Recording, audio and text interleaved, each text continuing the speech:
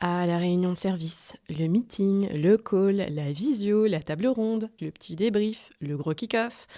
S'il existe bien des mots pour la décrire, il existe encore plus de façons de la vivre et de la pratiquer.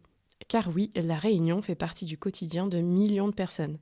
Que l'on travaille dans l'industrie, la recherche, le BTP, l'éducation ou même la restauration, on y passe tous du temps. Beaucoup de temps. Une étude a estimé que l'on consacrait environ 10 ans de sa vie en réunion. Mazette, le chiffre vous fait peur ? À moi aussi. Mais pourquoi en fait ? Est-ce que ce ne serait pas parce qu'on ne sait pas bien les mener ? Spoiler alerte, clairement. Ce podcast est là pour vous aider à vous attaquer à ce fléau. Bienvenue dans SOS Réunion, le podcast Bruno qui vous aide à rendre les réunions plus organisées, plus efficaces, plus fun, plus mieux quoi. Moi, c'est Laura Gadouri et j'ai le plaisir de vous accompagner durant toute cette première saison. Pour cela, j'ai convié Louis Vareille, réuniologue. Bonjour Louis, comment allez-vous ? Pleine forme, comme toujours.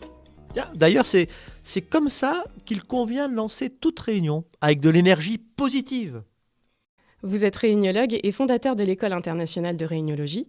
Vous avez également écrit un livre, La réunionnite, ça suffit. Autant dire que la réunion, c'est votre spécialité. Pouvez-vous nous dire d'où cela vient ? En fait, j'ai une passion pour les collectifs, une passion pour la mise en mouvement de collectifs. Alors ça a commencé quand j'étais étudiant et puis ça m'a suivi pendant toute ma carrière. La réunion, c'est le lieu de la mise en mouvement. C'est le lieu ou le moment où l'on va décider ce que l'on va faire, comment on va le faire, on va donner de la perspective, donner du sens, on va suivre les actions, on va célébrer les succès. Donc c'est en réunion que tout ça se passe. Et donc j'ai eu la chance de pouvoir animer plus de 12 000 réunions dans ma vie, dans des conditions extrêmement variées, notamment au niveau international. Et après 50 conseils et puis 26 ans chez Danone, j'ai créé en 2017, effectivement, l'École internationale de réuniologie. Et est-ce que vous pouvez nous expliquer ce que fait un réuniologue exactement ? Parce que c'est quand même pas banal comme métier. Ah, réuniologue, oui. En fait, je répare les réunions et je soigne la réunionnite. J'interviens pour accompagner des organisations très diverses qui ont décidé de s'intéresser à leurs pratiques en réunion. Alors ce que je fais, comme je suis réuniologue, je commence toujours par un diagnostic. J'observe des réunions pour comprendre les bonnes pratiques, la culture et identifier les voies de progrès. Ensuite, je fais une prescription avec différents traitements, donc une enquête approfondie, qualitative ou quantitative, des formations en salle, des formations digitales, l'animation de webinaires. Et j'accompagne la convalescence avec des visites de suivi. Et la chance que j'ai, c'est que j'accompagne des organisations extrêmement diverses. Par exemple, en ce moment, j'accompagne une entreprise française internationale. Et donc, j'ai formé en présentiel en France, mais en distanciel, j'ai formé les équipes danoises, américaines et chinoises. Et donc, cela contribue dans cette entreprise à développer une culture commune dans les interactions. Et puis en plus, je pratique puisque j'ai la chance de présider une association. Et là aussi, il y a beaucoup de choses qui se passent en réunion. Le bureau, le conseil d'administration, l'assemblée générale. Lorsqu'on ouvre un dictionnaire, la réunion est le fait de réunir des choses séparées, de rassembler des choses éparses. Ça vous parle ? Quelle serait votre définition à vous ? Alors, c'est amusant. Donc, je comprends donc que mettre des petits pois surgelés dans un sachet est une réunion. Alors, j'irai peut-être un petit peu plus loin en disant que la réunion sera d'autant plus utile qu'elle rassemblera des individus, des expertises et des perspectives différentes. Donc, on sera plutôt dans le genre Macédoine de légumes. Si je devais proposer une définition, je dirais une réunion, c'est un rassemblement qui vise à faire avancer un projet et faire grandir des individus. Faire avancer un projet et faire grandir des individus. Je disais en introduction, une étude a estimé que l'on passait environ 10 ans de sa vie en réunion, l'équivalent d'1 jour par semaine environ. C'est trop ? Pas assez ? Qu'en dites-vous ? Alors, la quantité est un vrai sujet, mais pour moi, c'est davantage la qualité, en fait. C'est ce qui conduit les participants à se dire qu'ils ont perdu leur temps. Et peut-être même qu'ils perdent leur temps dans l'organisation ou dans cette entreprise. J'étais avec un ami récemment et qui me disait que nombreux étaient les jeunes aujourd'hui qui décidaient de faire leur CV après une mauvaise réunion.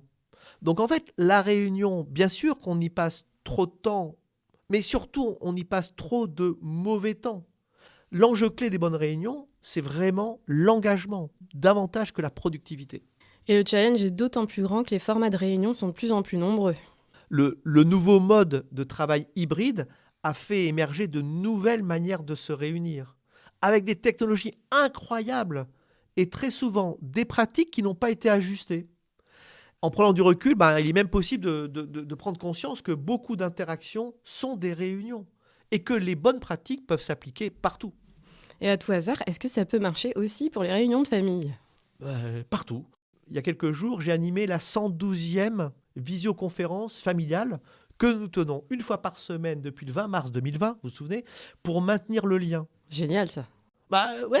C'est le meilleur moment de la semaine pour mon papa qui a 91 ans et qui est seul maintenant. Il prend des nouvelles de ses 3 enfants, 11 petits-enfants, 18 arrière-petits-enfants. Il a appris cette semaine que le 19e était en route. Et nous nous appelons de 8 pays différents. Je mets mon billet que nous n'aurions pas tenu dans la durée sans appliquer quelques gestes simples de la réuniologie. Lesquels par exemple ? La ponctualité. La ponctualité. D'autant plus que, comme ce sont des réunions avec des personnes qui appellent soit du Canada, soit de Chine, si vous n'êtes pas ponctuel, il y en a qui ont envie d'aller se coucher, il y en a qui viennent juste de se lever. Il y a aussi être exigeant sur la technologie et son utilisation. Être sûr que chacun sait se servir du système, le fameux micro, tu es sur mute, le contre-jour, on ne te voit pas. Puis, la manière avec laquelle aussi, j'essaie de faire tourner la parole, en veillant à une équité de temps de parole, pour que chacun, dans ce moment un peu particulier, ait le sentiment qu'il ait pu dire ce qu'il avait à dire. C'est très vrai. Lors de la préparation de ce podcast, j'ai déjà pu mettre en application quelques-uns de vos tips. Et ça m'a clairement fait gagner du temps. Lequel, par exemple ? Les comptes rendus de réunion. J'avoue, je n'en faisais jamais avant, alors qu'en fait, c'est vraiment pas sorcier. C'est juste un réflexe à prendre. Ouais, mais intéressant, effectivement. Nombreux sont les initiateurs de réunions qui oublient qu'une réunion vise en premier lieu à produire un plan d'action, une liste d'engagement. On connaît bien, les paroles s'envolent, les écrits restent. Mettre par écrit, en quelques lignes, ce que l'on vient de décider augmente sensiblement les chances de voir le plan d'action mis en œuvre. Il y a une phrase de Walt Disney que j'aime bien citer, c'est « La différence entre un rêve et un projet, c'est une date ». Je trouve ça très inspirant, effectivement. Merci Louis pour ce premier échange déjà fort intéressant. Avec plaisir. À vous qui nous écoutez, il me tarde de vous dévoiler nos 5 prochains épisodes. On y parlera notamment de la problématique de la prise de parole, des réunions qui mélangent distanciel et présentiel, des fameux comptes rendus, de quoi nous faire tous un peu, voire beaucoup progresser dans nos pratiques de réunion. SOS Réunion, c'est fini pour aujourd'hui. J'espère que cet épisode vous a plu et qu'il vous permettra de remotiver les troupes à aller en réunion. Un nouvel épisode sera disponible prochainement. D'ici là, abonnez-vous et n'hésitez pas à nous laisser un commentaire sur les réseaux. À bientôt sur bruno.fr.